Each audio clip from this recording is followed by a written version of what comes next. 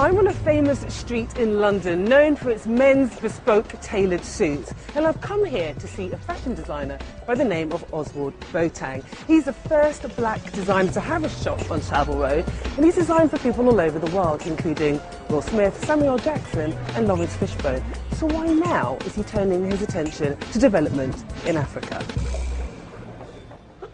Hello, Savannah. Nice to meet you. Good to have you here. Let me show you around. Thank you.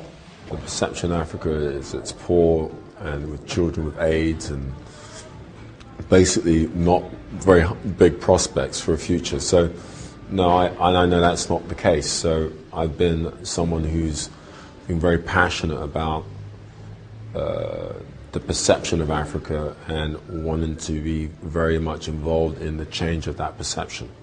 But the Africa Development Bank is floating the very first infrastructure bonds. Why are you urging them to widen that out to the diaspora?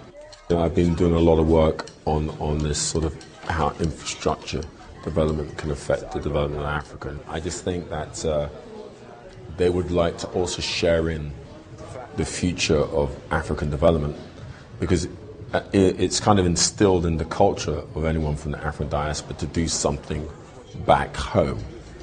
You know, that's why they always send money back home to their families.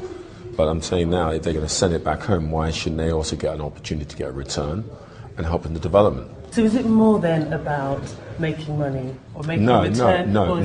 It's about developing the continent? It's about developing the continent, and it's also about involving Africans in the development of the continent. I think that's crucial.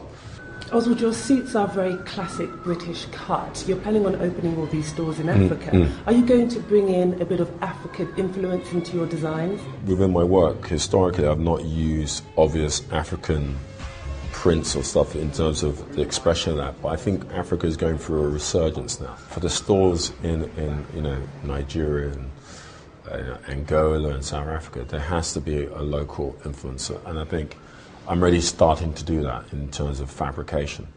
But the sort of approach, the